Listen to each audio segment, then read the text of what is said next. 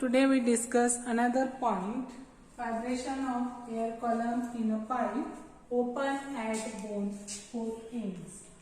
Vibration of air column in a pipe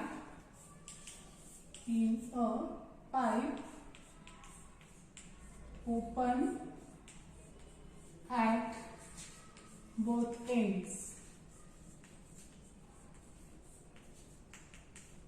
याच्या आधीच्या लेक्चरला आपण एक बाजू बंद असेल क्लोज असेल तर त्यावेळी त्याच्यामधले जे व्हायब्रेशन आहे त्याच्यामध्ये प्रेझेंट असणारे हार्मोनिक्स याचा स्टडी आपण केलेला होता. Now we consider pipe is open at both ends.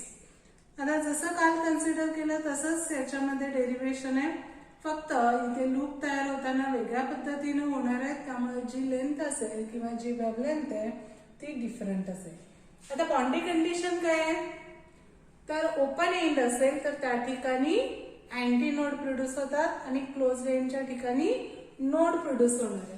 आता ही पाईप कशी आहे, तर दोन्ही एंड त्याचे ओपन आहेत. आता ज्यावेळी आपण fundamental mode of vibration consider करणार आहे किंवा first mode of vibration, fundamental mode of vibration, आता इथे पण आपण काय करणार आहे, consider an open organ pipe having length small l is the length of pipe. ही पाईपची लेंथ कन्सिडर करणार आहे. आता ओपन एंड इथे पण आहे आणि इथे पण आहे, त्यामुळे इथं काय होणार आहे, इकडे अँटीनोड प्रोड्यूस होईल, इकडे काही डिस्टन्स वरती अँटीनोड प्रोड्यूस होणार आहे. मग आता इथं जर अँटीनोड प्रोड्यूस होत असतील तर आपल्याला माहिती आहे स्टेशनरी वेव्हज प्रोड्यूस होत असताना अल्टरनेट नोड आणि अँटीनोड प्रोड्यूस होतात. मग जर फंडामेंटल मोड आपण कन्सिडर करत असू तर इथं जर अँटीनोड प्रोड्यूस झाला तर इथे हा दुसरा अँटीनोड आहे, त्यामुळे इथे जी वेव्ह प्रोड्यूस होणार आहे त्या स्टेशनरी वेव्ह मध्ये इथं काय असेल तर दोन अँटीनोड्स असतील आणि एक नोड असेल. याच्यामध्ये काय असणार आहे, एक नोड प्रोड्यूस होतो आणि दोन अँटीनोड्स प्रोड्यूस होतात, म्हणजे इथे हा नोड असेल आणि इथं हा अँटीनोड असेल. म्हणजे ज्यावेळी आपण fundamental mode of vibration consider करतो there are two antinodes and one node, दोन अँटीनोड्स असतील आणि एक नोड प्रोड्यूस होणार आहे. That's why length of air column, म्हणजे जो आपण व्हायब्रेट केलेला एअर कॉलम आहे त्याची जी लेंथ आहे, म्हणजेच हे डिस्टन्स असेल, हा अँटीनोड आणि हा अँटीनोड याच्यामधलं डिस्टन्स हे किती येते बघा. आता दोन अँटीनोड मधलं डिस्टन्स हे किती असतं, λ/2, म्हणजे इथे काय असणार आहे, l is equal to λ/2. If we consider lambda is the wavelength, then length of air column L is λ/2. That's why we consider in fundamental mode of vibration length of air column L is equal to λ/2. From this lambda is equal to 2L. lambda ची value इथं असणार आहे 2L असेल. Now if we consider N is the fundamental frequency and lambda is wavelength, then again velocity of sound in air at room temperature V is equal to N lambda. हा formula आपण इथे use करणार आहे. Velocity साऊंडची काढत असताना V is equal to N lambda. लॅम्बडाची value आहे 2L. If we substitute in this equation we get V is equal to twice NL. म्हणजे जर pipe open at both ends असेल तर वेलॉसिटी साऊंडची काढत असताना हा फॉर्म्युला यूज करायचा आहे, V is equal to 2NL. Close end असेल तर काय तर V is equal to 4NL आणि इथे काय येणार आहे, V is equal to 2NL. मग याच्यावरून N ची व्हॅल्यू मिळेल, N is equal to V upon 2L. यांची व्हॅल्यू इथे काय मिळेल P/2L. हे 2L इकडे ट्रान्सफर केलं.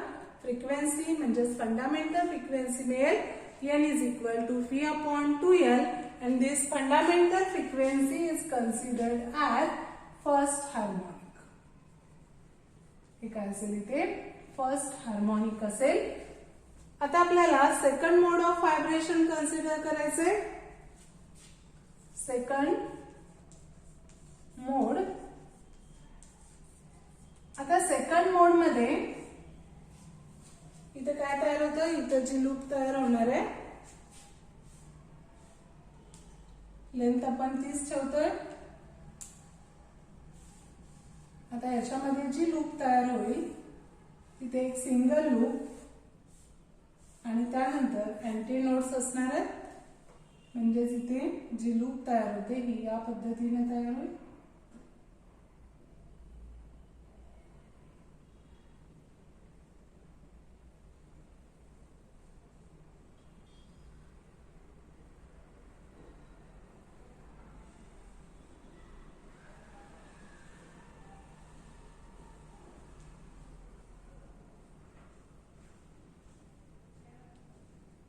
म्हणजे इथे अँटी नोड, इथे एक अँटी नोड आणि याच्यामध्ये 2 नोड्स प्रोड्यूस होतात. हा एक नोड आहे, हा एक नोड आहे आणि इथे आणखी एक अँटी नोड आहे.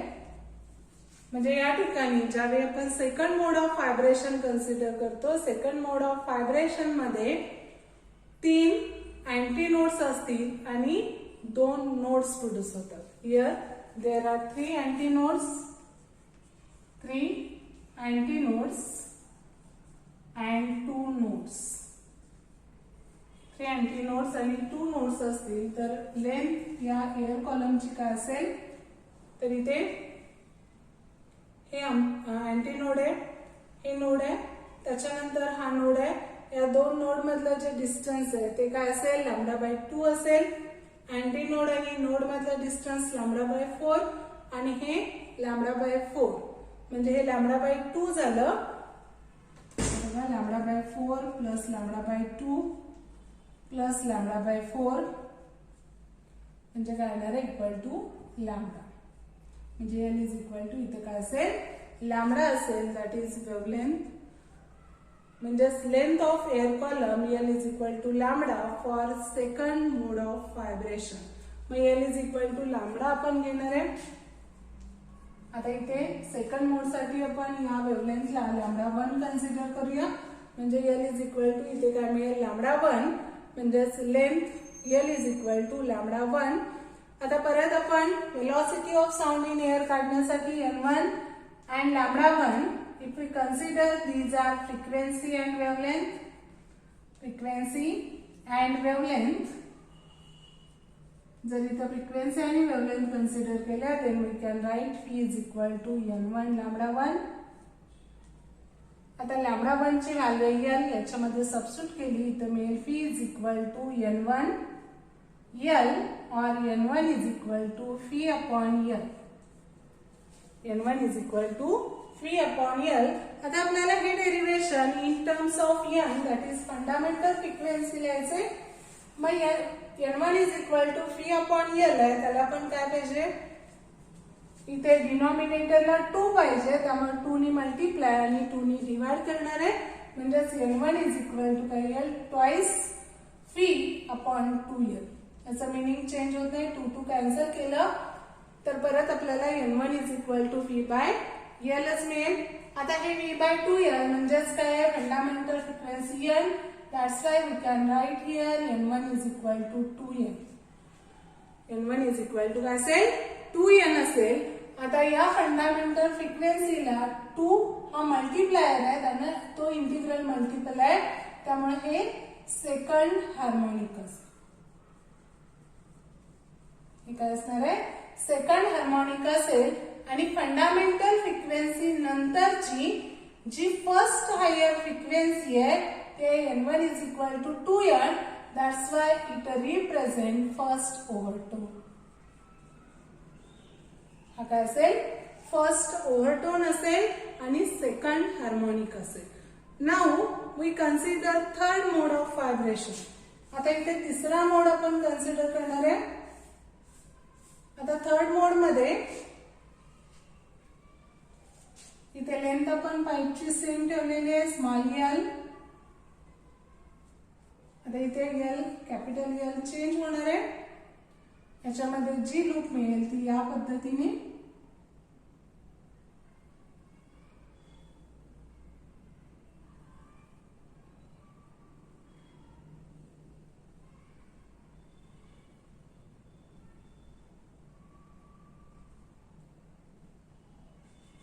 ही लूप आपल्याला मिळेल. आता इथे एक अँटीनोड प्रोड्यूस होणार आहे, इथे एक अँटीनोड आहे, इथे एक अँटीनोड आहे आणि इथे एक अँटीनोड आहे. आणि इथं हा नोड असेल, इथे एक नोड असेल आणि इथे हा एक नोड असेल.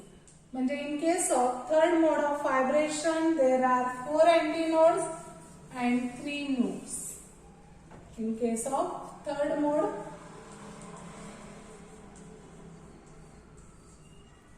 मध्ये किती आहेत? 4 antinodes आहेत and 3 nodes are there. and 3 nodes. मग याच्यामध्ये कॅपिटल एल काय येणार आहे? आता इथे बघा, अँटीनोड नोड म्हणजे λ/4 झालं. परत नोड आणि हे नोड याच्यामधलं λ/2, हे λ/4 प्लस हे λ/2.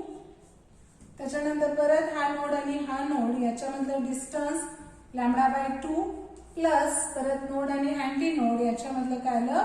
λ/4. मग आता हे λ/4 हे λ/4 म्हणजे λ/2 होणार आहे. हे λ/2 म्हणजे लॅम्बडा प्लस हे λ/2 म्हणजे इथं मिळेल 3λ/2. मग आता थर्ड मोड साठी आपण जी फ्रिक्वेन्सी वेव्हलेंथ कन्सिडर करणार आहे ती आपण घेऊया λ2. म्हणजेच L इज इक्वल टू आपल्याला मिळेल 3λ2/2. थर्ड मोड ऑफ व्हायब्रेशन मध्ये L ची व्हॅल्यू येणार आहे 3λ2/2. याच्यावरून λ2 ची व्हॅल्यू घ्यायची. λ2 इज इक्वल टू इथं 2 ने मल्टिप्लाय केलं ट्वाइस L/3. 2L आपण काय येणार आहे 3. आता परत आपल्याला velocity of sound in air for third mode we consider V is equal to n2λ2. Third mode साठी n2 ही फ्रिक्वेन्सी, λ2 वेव्हलेंथ कन्सिडर करणार आहे. त्याच्यावरून n2 काय येणार आहे? n2 is equal to p/λ2 which is equal to, तर λ2 ची value मिळालेली आहे 2L/3. इथे सबस्टिट्यूट करूया v/2L/3. आता हे 3 वरती जाईल म्हणजे इथे राहणार आहे 3v/2L. आता v/2L is nothing but fundamental frequency that is 3n.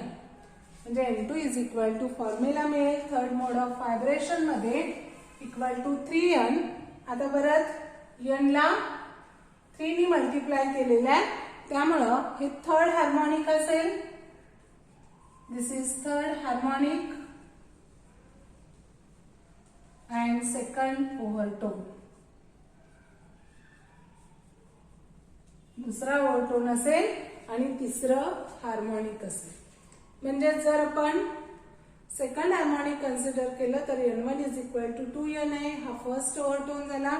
n2 is equal to 3n असेल तर ते थर्ड हार्मोनिक आहे आणि सेकंड ओव्हरटोन. मग जर आपण हे तिन्ही ऑब्झर्व केले म्हणजे फंडामेंटल मोड असेल किंवा सेकंड मोड असेल किंवा थर्ड मोड असेल तर मिळणाऱ्या ज्या फ्रिक्वेन्सीज आहेत त्या कशा आहेत? n, 2n, 3n, नेक्स्ट असेल 4n, नेक्स्ट असेल 5n अँड सो. जर इथे ऑब्झर्व केलं तर इथे पहिलं हार्मोनिक प्रेझेंट आहे, दुसरं हार्मोनिक आहे, तिसरं हार्मोनिक, चौथं, पाचवं. म्हणजेच for pipe open at both ends all the harmonics are present as overtones. याच्यामध्ये सगळे हार्मोनिक्स हे प्रेझेंट असतात. तर तुम्हाला जर क्वेश्चन विचारला तर तुम्हाला हे प्रूव्ह करावं लागेल. How all harmonics are present in a pipe closed at open at both ends. आता इथे इन जनरल जर आपल्याला एक्सप्रेशन लिहायचं असेल म्हणजे फॉर पीक ओव्हरटोन, फॉर पीक ओव्हरटोन. आता इथे बघा हा फर्स्ट ओव्हरटोन आहे म्हणजे इथे N1 घेतलेलं आहे, त्यावेळी इथे काय झालेलं आहे +2 झालं, म्हणजे हे 1 + 1 केलं तर 2 येणार आहे. इथे बघा हा सेकंड ओव्हरटोन आहे, इथं 2 आहे तर 2 मध्ये 1 ऍड केला तर इथं 3 येतं. म्हणजेच जर आपण पीक ओव्हरटोन साठी फ्रिक्वेन्सी काढली तर ती असणार आहे NP = P + 1 × N. P + 1 × N म्हणजे पीक ओव्हरटोनला P + 1 हार्मोनिक असेल, P + 1 हार्मोनिक त्याच्यामध्ये असणार आहे. आणि या व्हायब्रेशन्स मध्ये सगळे हार्मोनिक्स हे काय असतात प्रेझेंट असतात. आता काही वेळेला तुम्हाला ओपन एंड आणि क्लोज एंड याच्यामधलं रिलेशन पण विचारलं जाऊ शकतं. तर आपल्याला माहिती आहे जर ओपन एंड असेल तर ओपन एंड साठी आपण फ्रिक्वेन्सी कन्सिडर करूया NO = आत्ताच आपण काढलेलं आहे. जर ओपन एंड असेल तर NO = असेल P/2L. NO काय असेल P/2L असेल. आणि जर क्लोज एंड असेल तर जी फंडामेंटल फ्रिक्वेन्सी आहे त्याच्यासाठी आपण कन्सिडर करूया NC. तर NC काय असतं NC = P/4L. P/4L असेल.